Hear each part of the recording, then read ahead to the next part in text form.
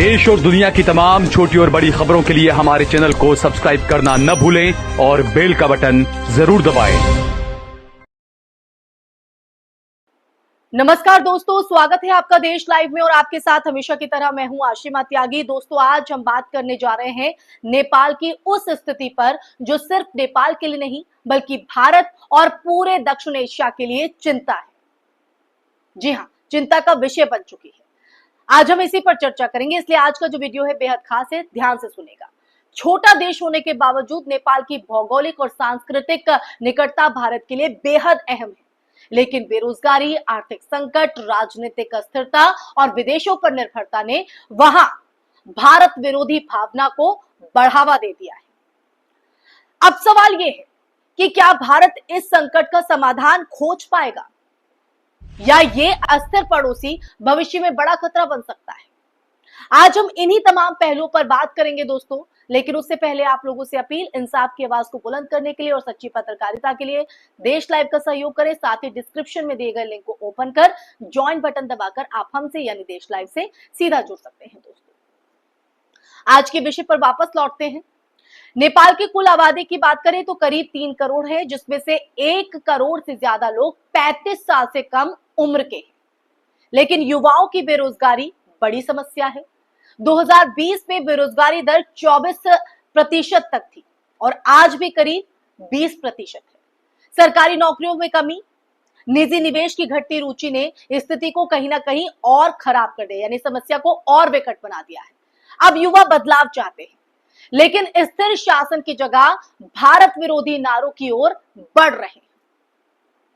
अब नेपाल की अर्थव्यवस्था पर आइए। नेपाल की अर्थव्यवस्था का आकार जो है वो छोटा है। 2019 में जीडीपी 34.2 अरब डॉलर थी, जो महामारी के बाद 2020 में घटकर 33.4 अरब डॉलर रह गई। और फिर 2021 की बात करें तो 36.9 अरब डॉलर, 2022 में 41.2 अरब डॉलर और 2023 में 40.9 अरब डॉलर तक पहुंचा। और 2025 की अगर बात करें तो इसे 40.1 अरब डॉलर तक पहुंचने का जो अनुमान है वो जताया जा रहा है।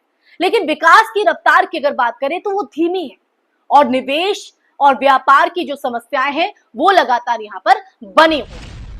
तो देखिए दोस्तों, हम नेपाल की अर्थव्यवस्था की बात कर रहे हैं। अगर नेपाल की अर्थव्यवस्था का सबसे बड़ा आधार अगर देखा जाए तो वो विदेशों से आने वाली रकम यानी रेमिटेंस है। 2000 में ये सिर्फ 2% था, जो 2024 में बढ़कर 33.1% हो गया। यानी देश की जो अर्थव्यवस्था का 1/3 हिस्सा विदेशों में काम कर रहे नेपाली नागरिकों पर निर्भर है। भारत, खाड़ी देशों और दक्षिण पूर्व एशिया में लाखों नेपाली काम जो है वो करते हैं। दोस्तों, स्थानीय रोजगार की कमी से असंतोष जो है वो बढ़ रहा है और भारत विरोधी भावनाएं तेजी से उभर रही। नेपाल की प्रति व्यक्ति आय की अगर बात करें तो मात्र 1458 डॉलर है, जबकि भारत में ये 2878 डॉलर है। यानी यहां रहने वाले लोग भारत से आधे से भी कम आय पर जीवन बिता रहे हैं। आर्थिक असमानता और सीमित अवसर युवाओं को कहीं ना कहीं निराश कर रहे हैं और वो कट्टर राजनीति की तरफ आकर्षित हो रहे हैं। और उसी का नतीजा हम देख रहे हैं कि नेपाल में जो इस अस्थिरता देखने को मिल रही है। राजनीतिक अस्थिरता नेपाल की दूसरी बड़ी समस्या है। 1950 से अब तक नेपाल ने 6 संविधान लागू किए हैं। 2000 से अब तक 19 प्रधानमंत्री बदल चुके हैं। साल 2000 की मैं बात कर रही हूं। शेर बहादुर देउबा 4 बार प्रधानमंत्री बने। राष्ट्रपति रामचंद्र पौडेल का इस्तीफा अस्थिरता का एक बड़ा संकेत है। 2001 में राजा वीरेंद्र की हत्या, राजा ज्ञानेंद्र का सत्ता में आना और 2008 में व्यवस्था बदलना नेपाल की राजनीतिक इतिहास की जटिलता को दिखाते हैं। इससे युवाओं का जो विश्वास टूटा और भारत विरोधी नारे लोकप्रिय हो रहे हैं। दोस्तों, इस वक्त नेपाल की बात करें तो नेपाल में दोनों नेता चर्चाओं में, बालेन शाह और डॉक्टर सेंडुक रुइत। बालेन शाह पहले इंजीनियर थे और फिर रैपर बने और 2022 में काठमांडू के मेयर चुने गए। भ्रष्टाचार के खिलाफ बोलकर युवाओं में वो लोकप्रिय हुए। सोशल मीडिया पर उन्होंने कहा कि प्रियजन जी, आपके हत्यारे का इस्तीफा हो गया है। उन्होंने विरोधियों को चोर कहा और भारत विरोधी बयान देकर समर्थन जुटाया। अब आप स्ट्रैटेजी देख रहे हैं। दूसरी तरफ डॉक्टर सेंडोक रोहित एक नेत्र विशेषज्ञ है जिन्हें गॉड ऑफ साइट कहा जाता है। उन्होंने गरीबों के लिए सस्ता इलाज उपलब्ध करवाया। उन्हें पद्मश्री और मैग्सेसे पुरस्कार मिला है। वो सेवा भावना से प्रेरित हैं, लेकिन उनकी लोकप्रियता का इस्तेमाल आप समझ रहे हैं किस लिए किया जा रहा है? भारत विरोधी प्रचार के लिए भी किया जा रहा है।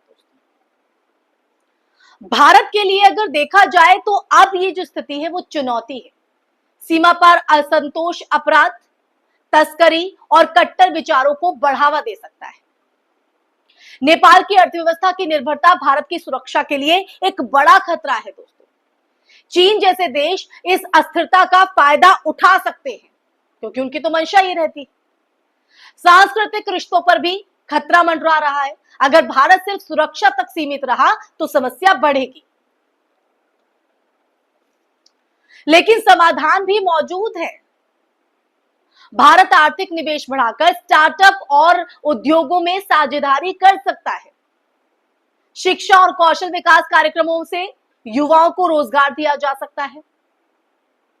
ये वो समाधान है जिस पर सत्ता में बैठे सत्ताधीशों को कहीं ना कहीं ध्यान देना होगा।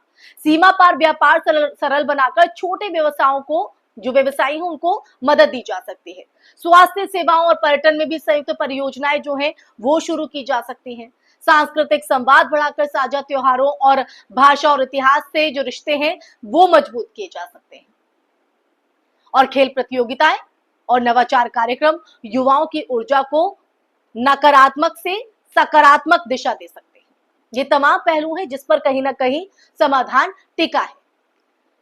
तो दोस्तों, नेपाल की अगर समस्याओं की बात करें तो वो गंभीर है, पर समाधान भी संभव है। जैसा कि मैंने ऊपर बताया, भारत अगर दीर्घकालिक रणनीति बनाकर सहयोग बढ़ाए तो नेपाल में कहीं ना कहीं स्थिरता जो है वो लौट सकती है और पूरे दक्षिण एशिया में शांति और सहयोग का जो मार्ग है वो खुल सकता है। अब सवाल ये है कि क्या भारत इस चुनौती का सामना करेगा?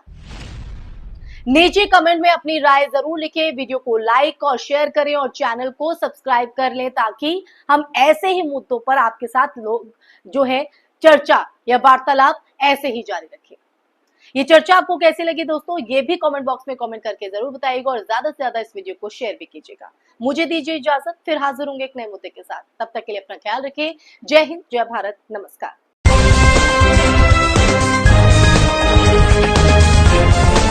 देश और दुनिया की तमाम छोटी और बड़ी खबरों के लिए हमारे चैनल को सब्सक्राइब करना न भूलें और बेल का बटन जरूर दबाएं।